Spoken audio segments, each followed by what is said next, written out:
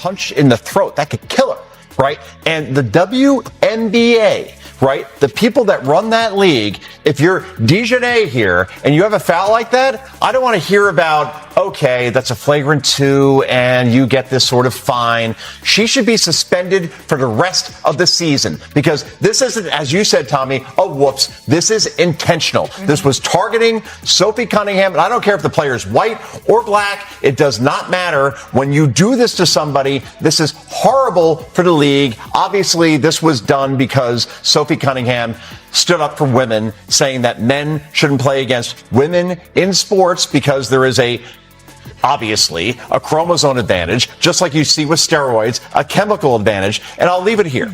Serena Williams, I saw this clip just this week. 2013, she's on David Letterman when Letterman hosted the Late Show.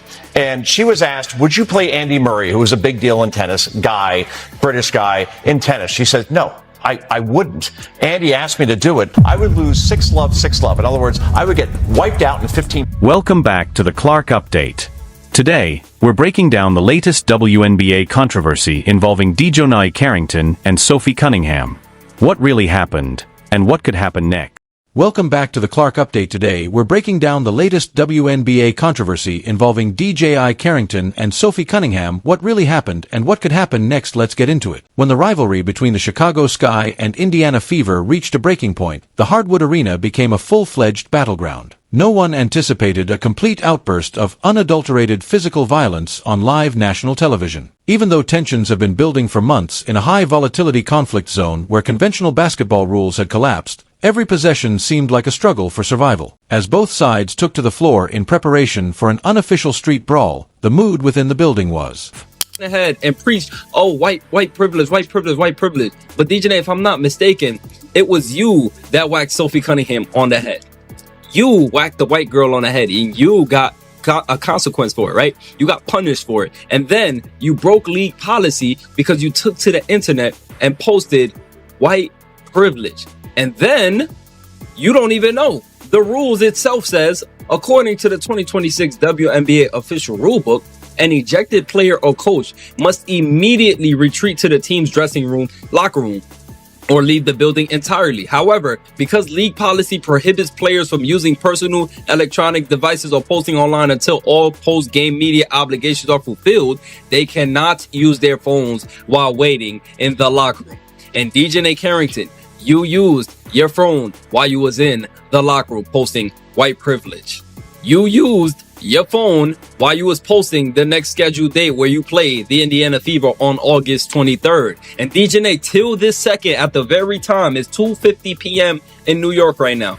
And up to this second, at the time of this recording, you have still yet to be punished yet, DiJonai. You have still yet to be punished. So DiJonai, please enlighten me. Where is the white privilege? Because if I'm not mistaken, it was Sophie. the designated floor enforcer, caught the rock early in the first round and advanced quickly. For a clean basket, she locked her target on the hoop, lifted herself into the air, and fully exposed herself in midair. Cunningham finished the transition play by launching herself into the skies with unstoppable speed. It was meant to be an easy 2 points, but a predator was following her every move with malevolent purpose from behind. Not about it. So immediately during the game, right? During the game, DiJonai Carrington went to the locker room and tweeted, to be upgraded, I think, to a flagrant. White privileged. How in the hell is this white privilege when you assaulted a player? Sophie didn't touch you. How is this a race issue? Make it make sense. Because I am definitely confused here, guys. I mean, I am hella confused. How is this a race issue, bro?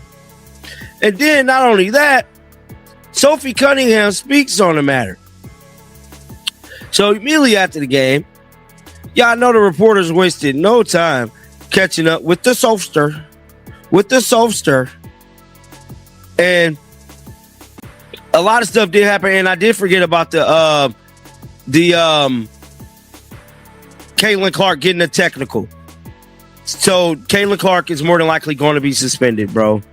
she's going to be suspended. So, Sophie Cunningham was asked. Sophie Cunningham, in response to DiJonai Carrington posting on Threads, white privilege, Indiana. DiJonai Carrington closed the distance like a vicious knockout fighter and delivered a horrifying blow to Cunningham's exposed head and neck. This was not a competitive attempt to play the ball or block the shot. Cunningham's posture was broken by Carrington's vicious clothesline, which sent shockwaves across the stadium as she wound up her arm. Cunningham was thrown out of midair by the terrible contact, which violently slammed her body against the hardwood floor. A fist slash arm gesture, yelled at the scoreboard. She didn't even yell scoreboard. She really said, yeah, look at the scoreboard. She wasn't even screaming. Bumped into a referee accidentally. Like, I mean, come on. Look at the technical fouls Caitlin Clark is getting. And we are going to get into why Caitlin Clark is being targeted. Look at this. Was clearly bumped into a referee. And this referee took offense to it and literally called the technical foul. Caitlin couldn't believe it, right? And you would think like, okay, that's not that bad, right? But then when you bring up another incident with Natasha Cloud during the same game, if I might add, during the same exact game, Natasha Cloud was seen pushing this same exact referee with no punishment, with no consequence. In fact, shutting DiJonai's claims down that this is not white privilege. In fact, this is black privilege. Let's be real with ourselves. Shout out to Rose Rance, my guy, Black and White Sports. One of the realest in this space, man. Shout out to my guy. Make sure y'all go subscribe to him. If you're not, you're living under a rock. But look at this, man. Natasha Cloud pushing the referee. Oh my gosh. One more time, just in case you missed it.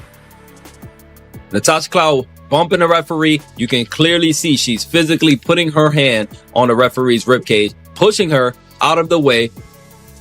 And the referee's like, no, Natasha, stop it. This is so attractive to me. Stop it, Natasha. I'm supposed to be professional right now. Look at this, man. This is disgusting work, man. You could put hands on the referee's bodies, on her arms. And this is, guys, I could be wrong, but this is the look of love. I don't know. This let me know if I'm tripping. This is the look of love. Play Sade, kiss of love. This is the kiss of love, man.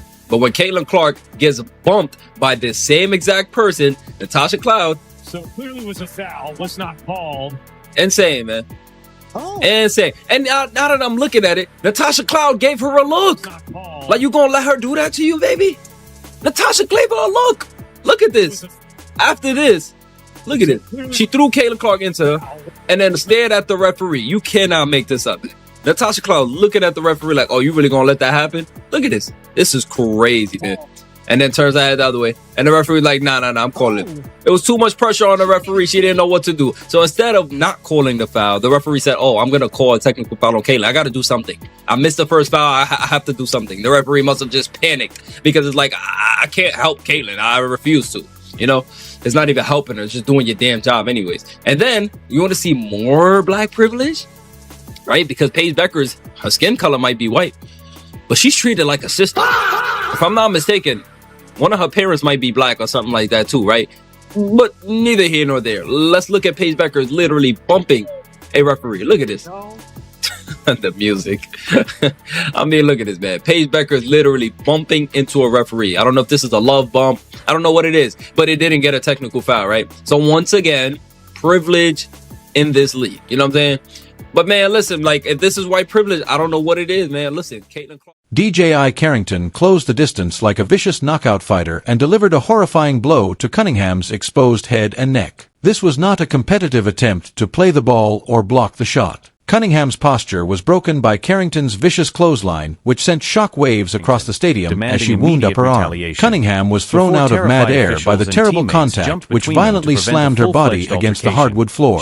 A fist-slash-arm gesture yelled scoreboard. Cunningham struck the deck with a startling bone-crushing power, causing the entire audience to scream in complete horror. Cunningham refused to play the victim, and the ball somehow rattled through the net for 2 points. With a vengeful fury, Cunningham leaped back to her feet and stormed at Carrington, demanding immediate retaliation. Before terrified officials and teammates jumped between them to prevent a full-fledged altercation, she gave Carrington a hard shove to the chest. The broadcast was abruptly stopped by referees, who then hurried to the replay monitors to see the debris of that risky sequence. A clean wind-up, a powerful aimed impact, and a careless follow-through right to the throat were all visible in the camera footage. The only option available to the officiating staff was to immediately raise the infraction to a catastrophic Flagrant 2 punishment. Fans yelled in utter shock as Carrington was immediately removed from the game and hauled off the floor. For league officials, the dismissal was just the first blow of what soon became an unparalleled institutional crisis. Before the final buzzer even sounded, Carrington retreated back to the locker room, totally avoiding the required professional conduct procedures. Ejected players are expressly prohibited under official 2026 league regulations from using their personal electronics prior to finishing their post-game media responsibilities. Carrington secretly pulled out her smartphone to start a full-scale digital offensive, disobeying every regulation in the book. Carrington posted the term white privilege directly onto social media rather of accepting responsibility or exercising self-control. To divert attention from her direct physical attack, she purposefully started a contentious culture war. Carrington tried to change the narrative and present herself as a victim by weaponizing racial speech from within the dressing room.